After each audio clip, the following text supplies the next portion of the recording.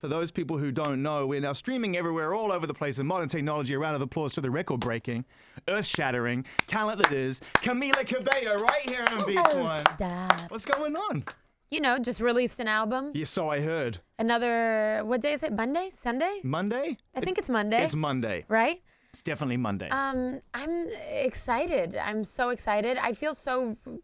Relieved? Yeah. That's Not gonna lie. That's the word that springs to mind. Well, you've been through it, man. I mean, what you've gone through in a year, most people, you know, could put down to sort of 4 or 5 years, you know, several albums, working it out.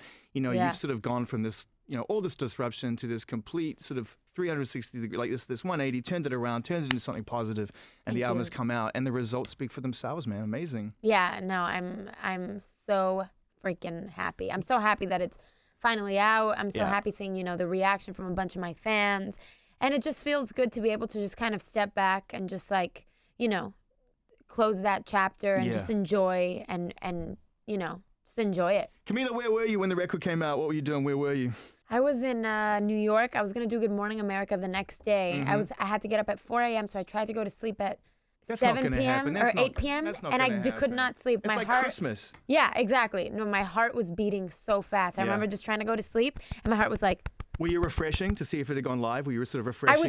would just try to go to sleep, and then I would just get my phone, and I would be like, "Did it come out yet? Did it come out yet?" But I was trying to go to sleep, and this lady came in, and she scared the bejesus What, out to- of me to- replace the towels. Right. And I was right. like about to go to sleep, and I thought that I was having a nightmare because she was like, "Hello," and I was so scared, and I was like, "This is it. This is it. This is my last day." And I was like, and I didn't even get to see my album come out. You were a hot mess on I- that day. You were I re- seriously like No, I- highly strung to the point of insanity by No, the sound of it. I'm not kidding. Yeah. That's what I was literally like, oh my God, this is it. Because I was like, I heard the furniture moving around and I was like, who's in the room? But anyway, yeah, I think it's just because my album was going to come out. Of course, man. I in can only 3 imagine the hours. amount of emotions that are flowing through. We've got so much to get through, man. I want to talk to you about this record because I haven't had a chance to.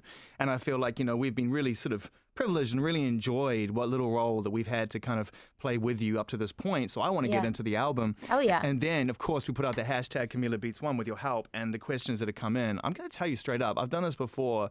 The standard of questions we've gotten from your fans are amazing.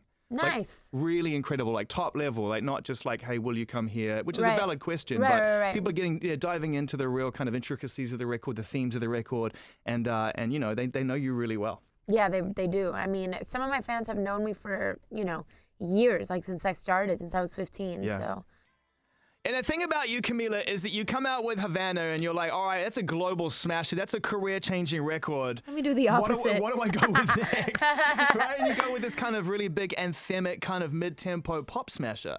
And it's obviously deliberate or you wouldn't put it out. But did the success of Havana play a role in why you chose that record to go with next? Not really. I mean, I always just want to do, I never want to do what people expect me to do. And I just feel like it's uninteresting if Yeah. I just came out with Havana Part 2 and Part 3 and my album was just a bunch of different versions of Havana. Like, I just don't think that that's interesting. And I also don't think that that's realistic to who I am. You know what I mean? That would be very like one-dimensional. Well, who you are is completely essential and integral to this record. Like, this Yeah, is an for sure. album. I mean, you changed the title, you called it Camila. You're like, nah, if I'm not going to present myself as myself, then what am I doing? It doesn't have to be this concept record right now. I'm going to rattle off a list of people, and your hardcore fans will know what these people have in common. Sia, Ed Sheeran, Charlie XCX, Stargate. Who am I missing? I mean, the list is ridiculous of people that contributed to this record and didn't make it onto the record. I know. It's unbelievable.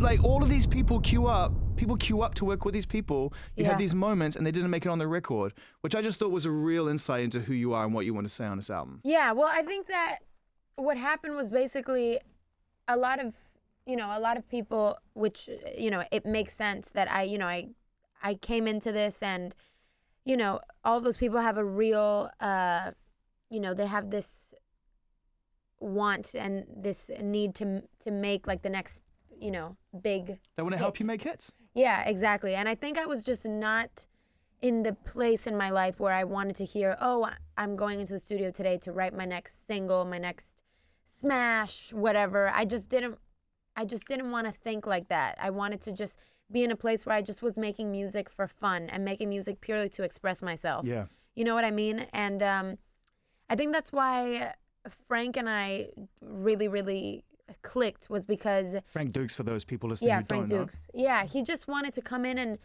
and make music. You know what I mean? And make music that was true and honest to me, no matter what was going on in the radio at the time. Yeah. Yeah, no matter what the trends were. Well, it's a safe you know place. What I mean? The thing is, right, you got this list of people that came out. Everyone booked sessions because they recognize, like, this is a good story. She's a talented artist. This is the kind of people we look to work with at this point in their career.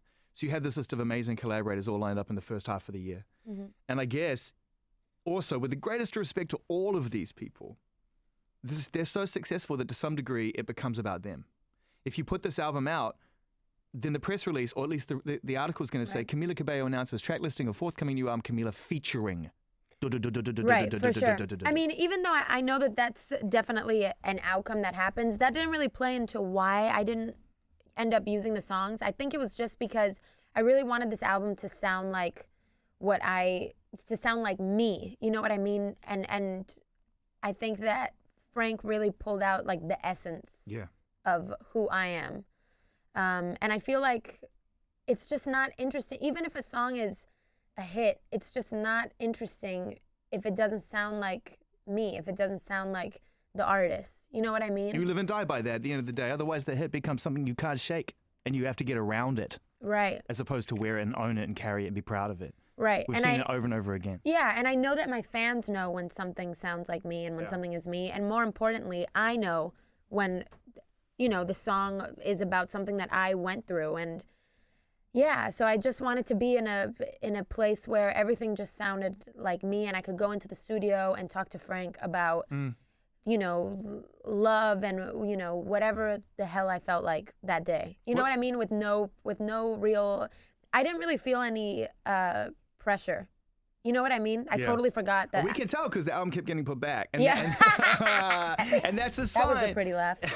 But that's a sign. That's a sign that it's like, no, I'm moving at my own pace. And, when you get it, you'll know and you'll understand it's who I am and what I want to say. She loves control.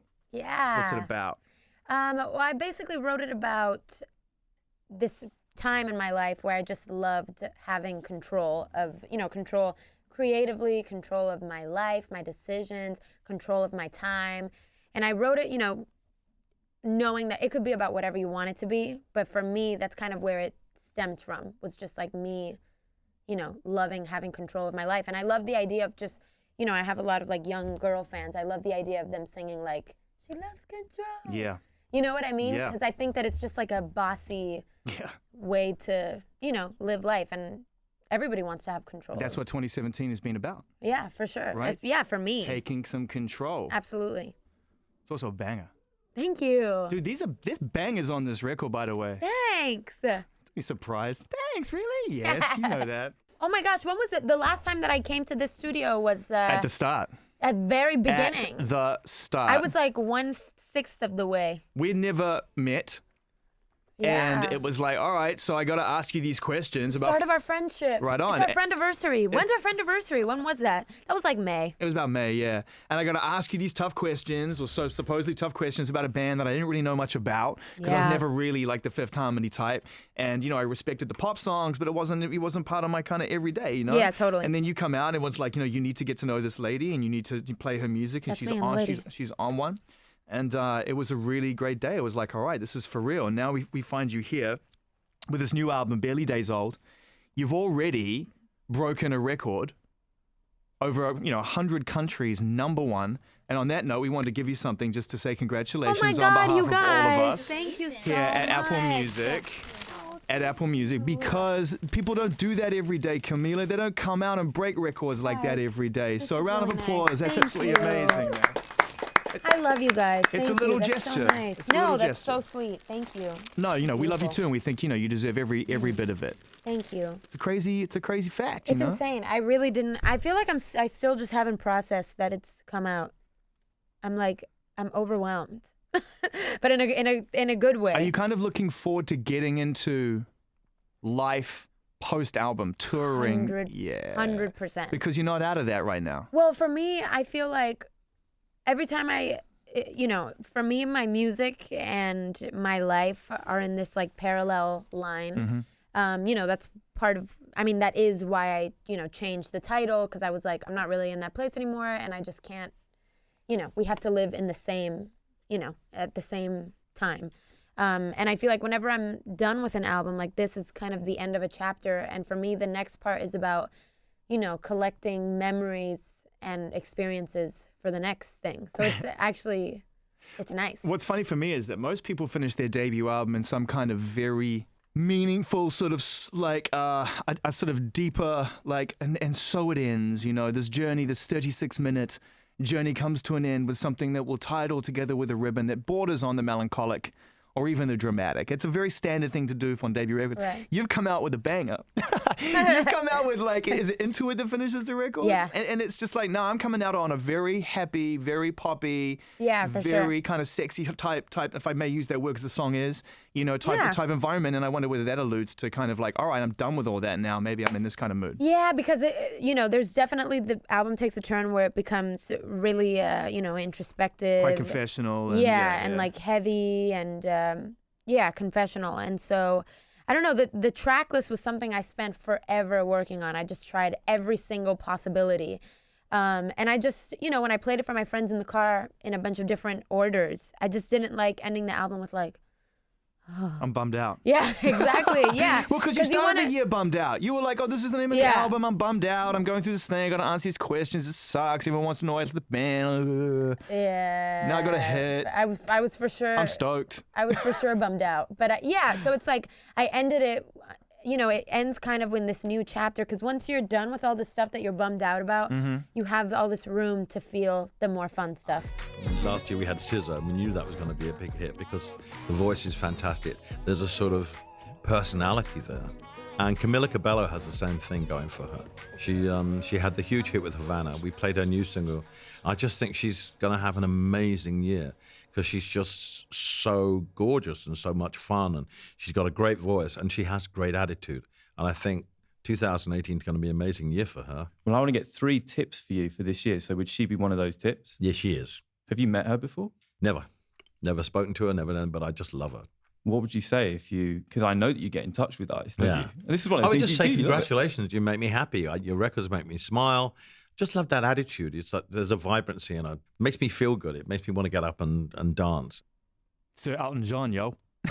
I'm literally tearing up, and I've heard that before. Isn't that amazing? It's insane. I feel like I just had this moment of just realization that's so crazy. That's just insane. Here's the thing about you, Camila, that I'm just going to point out, and this is true of many people I've met throughout my life in music, is that there are great artists out there who make great music and you want them to continue to do so.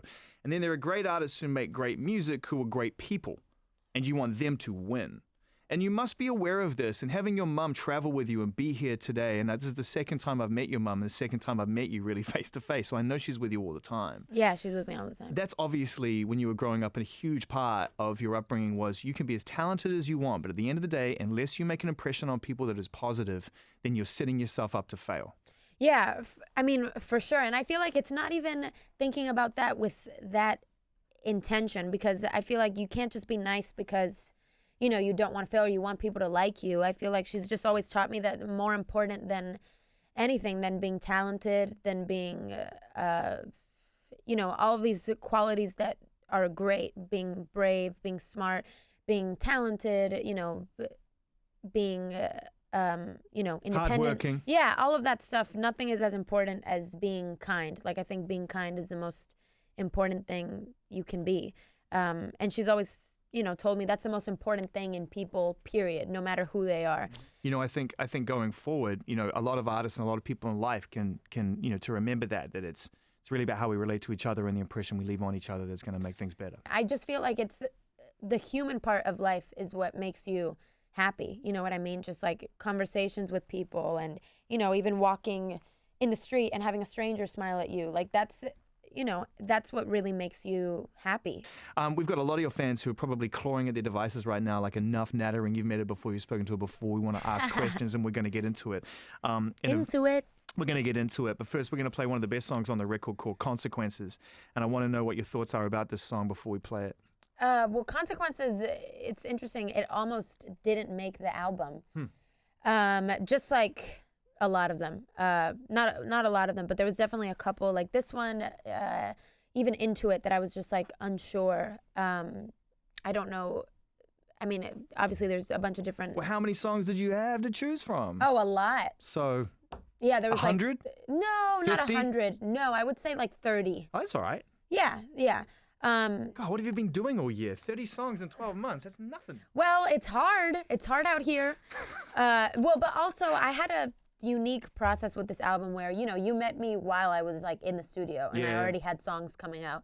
And then I was touring with I opened for Bruno Mars, and then I went back into the studio, and that's where 4 or 5 more of the songs that are on the album, like the second half was conceived after I was on tour, like after I was already doing promo. Yeah.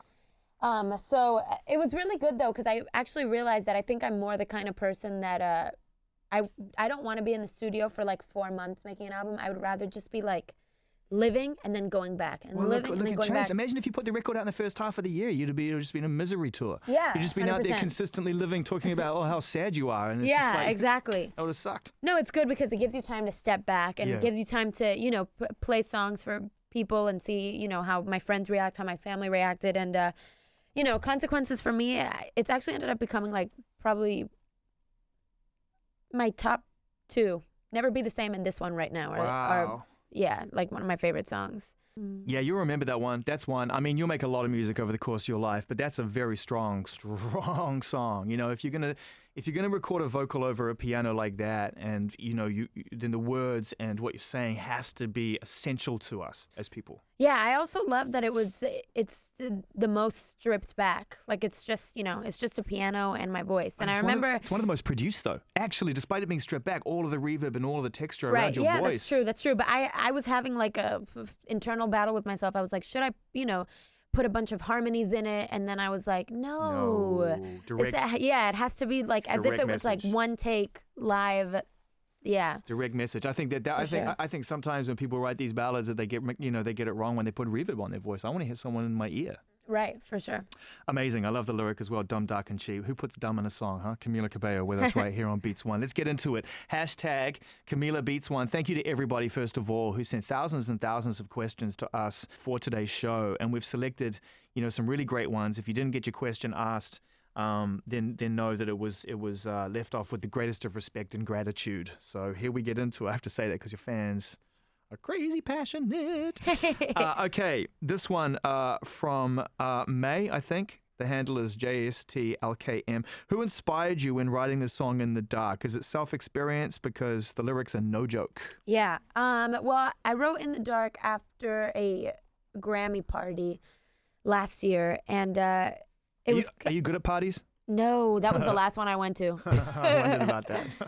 Because I don't know. I always tried to go and meet people and make like genuine connections. And I don't know, a lot of the times I just kind of went home and I was like, I totally could have just, hung out with a friend. And you're not going to get a lot of genuine connections on a night like that. Yeah, for sure. And so basically the song was kind of like me kind of making an observation, like on the outside looking in about somebody that I met and that I was kind of having this like, this flirtationship with.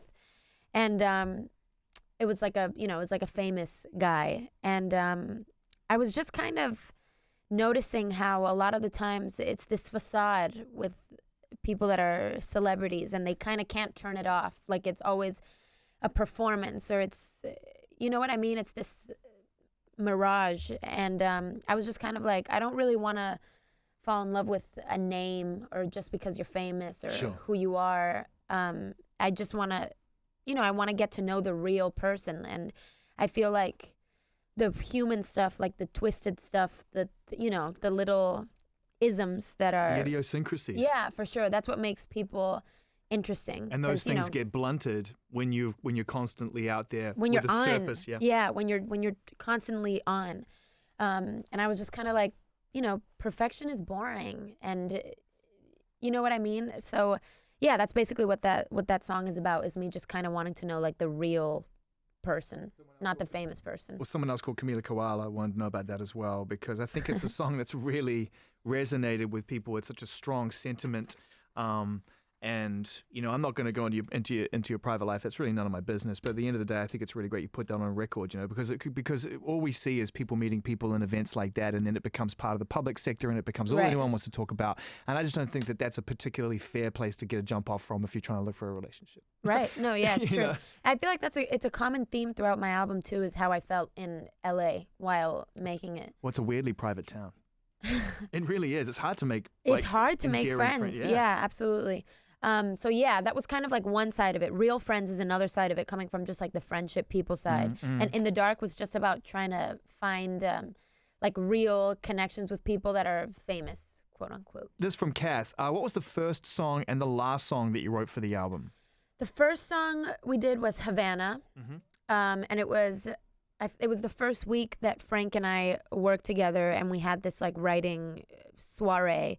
And, our friends came through and worked with a lot of different people that week. And Havana was the last song that we did. And I remember it was like not a standout for us while we were doing it.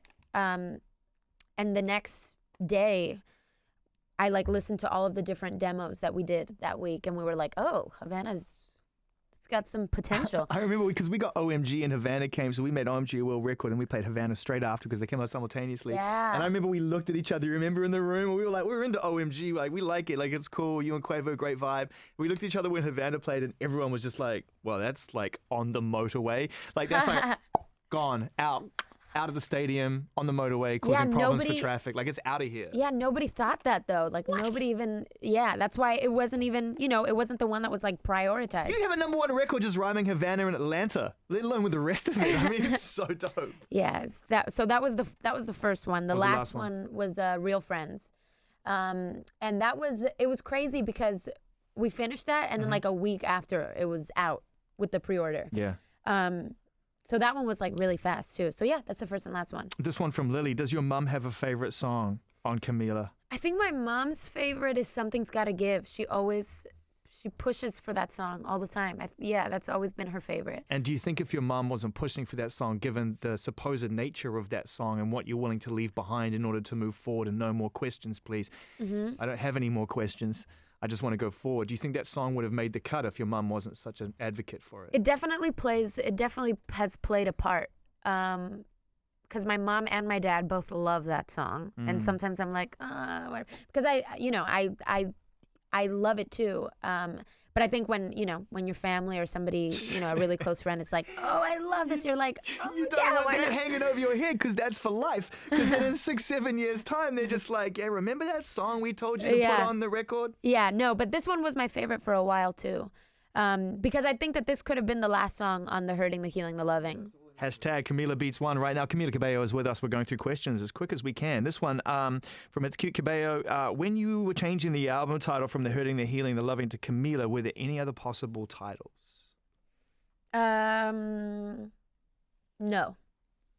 This one from Megan. Was it hard choosing an album cover? Were there variations? Oh my God, it was so hard. Yeah. And for me, I think that when I'm really excited or when I'm nervous, I go into this just like crisis mode. Yeah. And the album cover was definitely a crisis mode situation. So what is crisis mode? What is crisis mode? What is Camila in crisis mode? It was like in production. There was another cover that was about to be in production for like the physical album copies, and I was like, no, this is not the right one. Right. And so we changed it. When you press the panic button, it's like code red, DEFCON 3, like it's go time. Yeah, no, and my poor manager, I'm surprised he hasn't had like a seizure throughout this process, because it's there's been so many moments like that where I'm like, this one is not on the album. Oh, okay, now it is. Submit the track list. Like, it's nuts. Like Bruce Springsteen said, sometimes an artist just has to be indulged. But yeah, there was two possible covers. There was this one, and then there was actually the other one. There was another one it was like my face, and then it had clouds covering it. And so I would just listen to the album with the different covers. And I was like, yeah, this one is way, way stronger. Honorable mention, not to set her aside, but to BB, who came up with so many great questions that we've actually chosen a couple of her questions because she crushed it. If you could say something to Camila from 5 years ago, what would you say? 5 years ago, 15. I would say relax. I feel like as you get older, you just realize that it's just nothing is that serious. Like, it's just not that big a deal. And I've just realized, the more that I travel, the more that I experience things, the more that I watch movies, the more that I watch Sex and the City, obsessed with Sex and the City. Right. The more that the more I see, the more I realize that just everything it's just about just enjoying. Yeah. You know what I mean? And the less I care about what other people think and what stuff looks like to other people and, what other people's opinions are. Because life is really just about you, how you experience it and, how you enjoy it. And I just remember being 15 while I was, when we were singing on national TV, that I would just like be gagging, like so nervous and everything. I was so self-conscious. And it's like, I just don't really care anymore. You know what I mean? I'm just kind of for now, myself. Until the next record. Yeah. Until true. the next massive challenge and thing you have to do, which is because you got to keep challenging yourself, right? Yeah, but if there's for a sure, moment of relax now, that's a good place to be. Yeah, but I feel like actually what makes you better, I always challenge I'm going to challenge myself on the next album. But I feel like you can't do that properly if you're thinking about what other people think, because then you can't branch out and do new stuff that could possibly fail. It's true. There's another one from BB. What are your pre-performances, habits, and rituals? Well, I listen to a song and I have these phases. So my last phase was Kiss by Prince, and my last one was Purple Rain by Prince. And my last one was probably a Drake song. Yeah. So yeah, I have like phases of songs that get me into the vibe, but it also depends on the song that I'm performing. So I think before Havana, I think it was Kiss, and there's also Chan Chan by Buena Vista Social Club that gets me into the vibes. And for Never Be the Same, it's like Purple Rain and, more epic kind of emo. And throat warm-ups, all that kind of stuff. Getting all that kind of stuff. All of the weird sounds. Before I perform, I always think of like a memory or a thing that nobody else knows, that I don't tell anybody, that makes me feel, that makes the current moment feel not as important. I do that. In comparison. I do that. If I have to, You do? Of course. If I have to sit down and talk to someone and I'm really scared and it's a big interview, I think of someone that I've interviewed before that doesn't make this interview seem any less important, but makes me realize that I got through that. And then this one is just another conversation. For me, it's like more of a personal moment. Right. Like, I'll think of me, watching Harry Potter with my sister. Right. Or, if I, kissed a guy that I really liked. You know what I mean? The moments we talked about, the stuff that really matters. Yeah, for sure. This one from Alex. If you could play only one of the songs on your album, it's borderline creepy, but I love the question. At your wedding, which would it be? Ooh, that's a good one. Consequences, rough. That would be, yikes. That's a buzzkill, yeah. Probably Never Be the Same. That's pretty good. Never Be the Same, That's yeah. pretty good. But maybe like a slowed down, like piano version of it, like an acoustic version of it. Like who would sing it?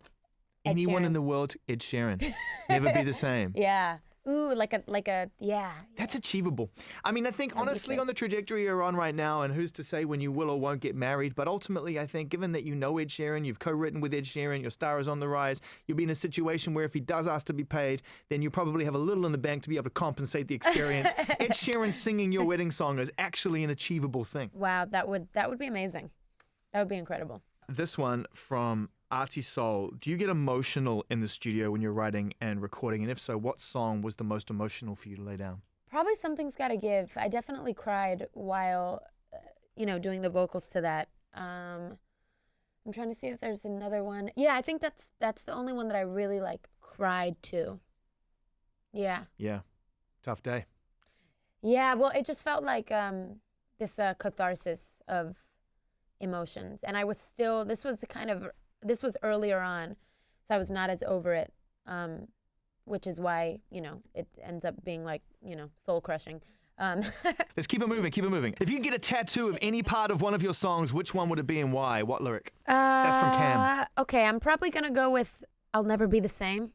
Like it? Yeah. It's good. Yeah.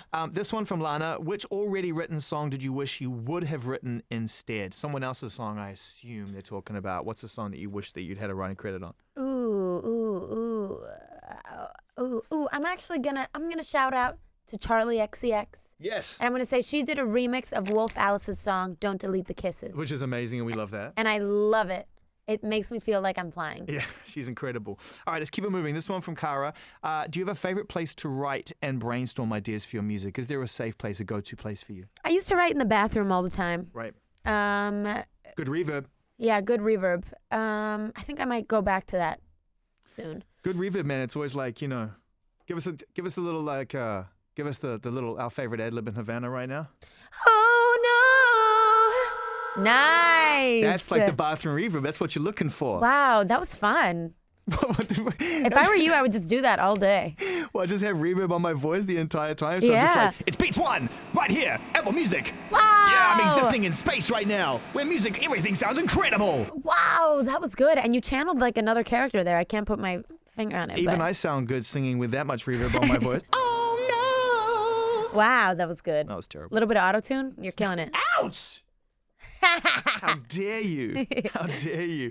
This is from Camila. Can you give us a line of something you're working on right now?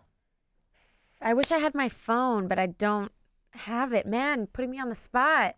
Yeah, I can't think of anything. Okay. I would have to have my phone. But maybe I could get it and I could say the last thing I wrote down. Yeah, here comes Mum. Here comes Mum. Here comes she Mum. is. I God. love it when Mum is a willing accomplice to the restricted flow of information, right? Most people are Thanks. like, you cannot say anything, and Mum's like, no, here's the phone. Okay, let's Whatever see. you want. Say whatever you want. Doesn't matter. Oh my God, this is a lot. Okay, well I just wrote, I can't say your name without smiling. Say it again. Aww. Say it again. I put, I can't say your name without smiling. Wow. Wow. Someone special in your life, Camila? Maybe. Woo! Great line. Thank you. Great line. I was afraid because I promised you that I was going to read something and I was like, That's an opening line. maybe, Zane. That's an opening line to a new chapter of the Camila Cabello story. Yeah. The first time we met, you were like, I got a lot of hurting, got a lot of healing. I know. And now it's now- a lot of loving. There you go. Woo! Hey, yo, watch out. All right. Yes, I missed that effect. That's a good one. It's great. That's a good one. This one, is there any song on the album you can imagine to do a feature on, like Ed Sheeran did with Perfect featuring Beyonce? Can you think of a reworking and who would you do? Oh my God! You know what I really wanted to do? Go. I wanted to do like a country version of "Never Be the Same" with Sam Hunt. Whoa! Look at Jennifer from Beats One. She's so pro country. loves Sam She Hunt. loves Sam Hunt. That's yeah. amazing. Or something with Post would be cool. Post Are Malone. you a fan of Post? Yeah, I So love are we. him. Yeah, he's great. Yeah, his melodies are insane. He's got such a great tone. I love the country idea though. Yeah, because I feel like "Never Be the Same" stripped down could be a country song. Ooh, babe. What are you gonna Right? do with this Ed Sheeran record? It's. It just. I Isn't love. it 10% of Ed Sheeran now anyway? Didn't you change all the lyrics? No, I mean he's amazing. He actually introduced me to Amy Wadge, Yeah. who I did Consequences with. Right. So he like set that up. So that song would not have happened if it weren't for Ed.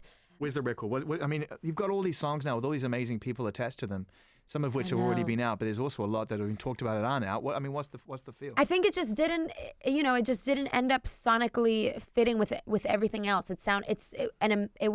It's an incredible song, but it just didn't fit with everything else. It sounded like a one-off. And what's funny, because the next question actually relates to that, which is from Moni, which is, do you have your own little album of unreleased songs? And if you do, what's your favorite song on that album? Oh my God, that's such a great question. Isn't that great? Dude, my fans totally They kill it. rule. They just know. I'm not joking, man. No, like, they're smart. I am, They're like, really smart. I'm jacking these questions. Yeah, they're You're going to see good. me talking to all these people in the next 12 months, and I'll be like, do you have an unreleased album? And if so, what is your favorite song on your unreleased No, album? And it's that's a good thanks to you, question. Moni. Ooh. I can't pay you, though. I'm sorry. I can't do it.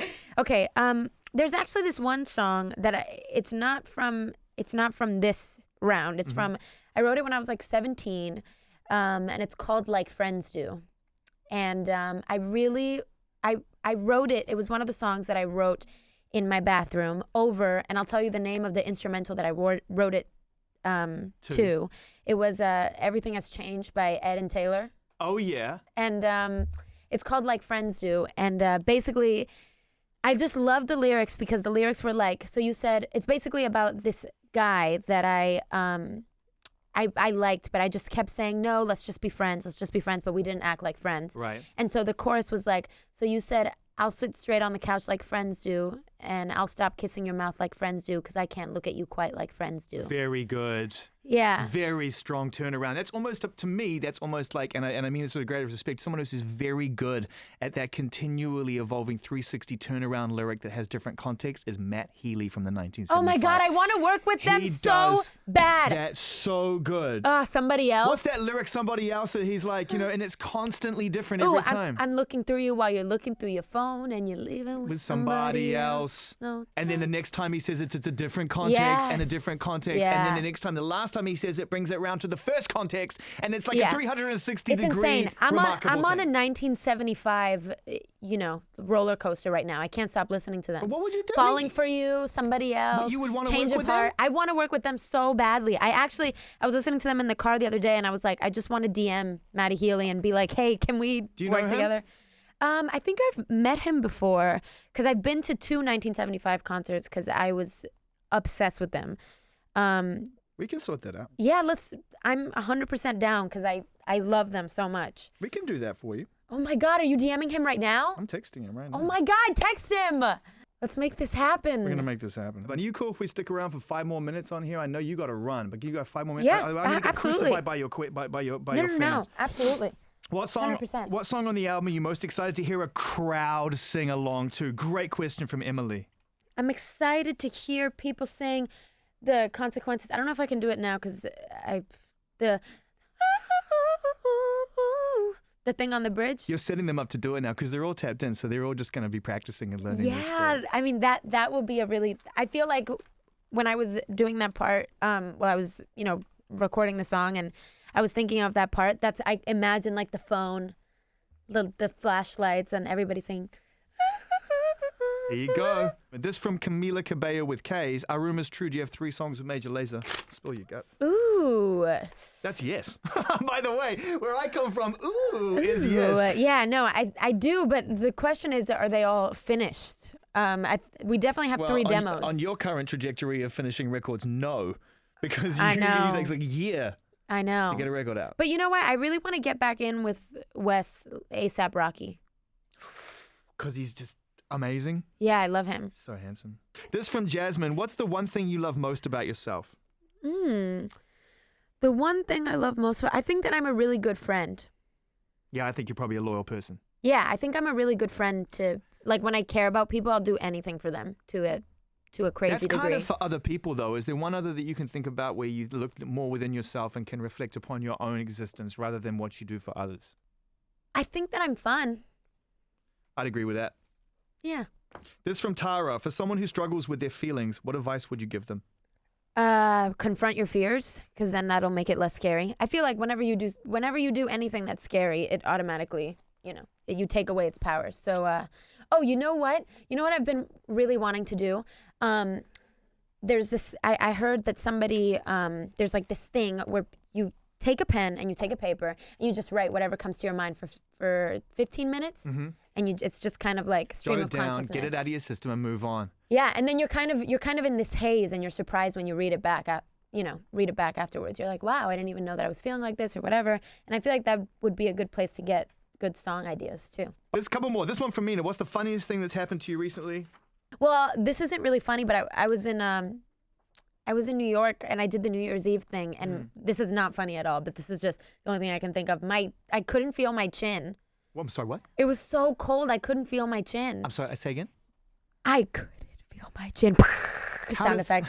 And I was singing, and I was like, I'm not sure if I'm even pronouncing stuff correctly because I couldn't feel my face, like The Weeknd, but different. How do you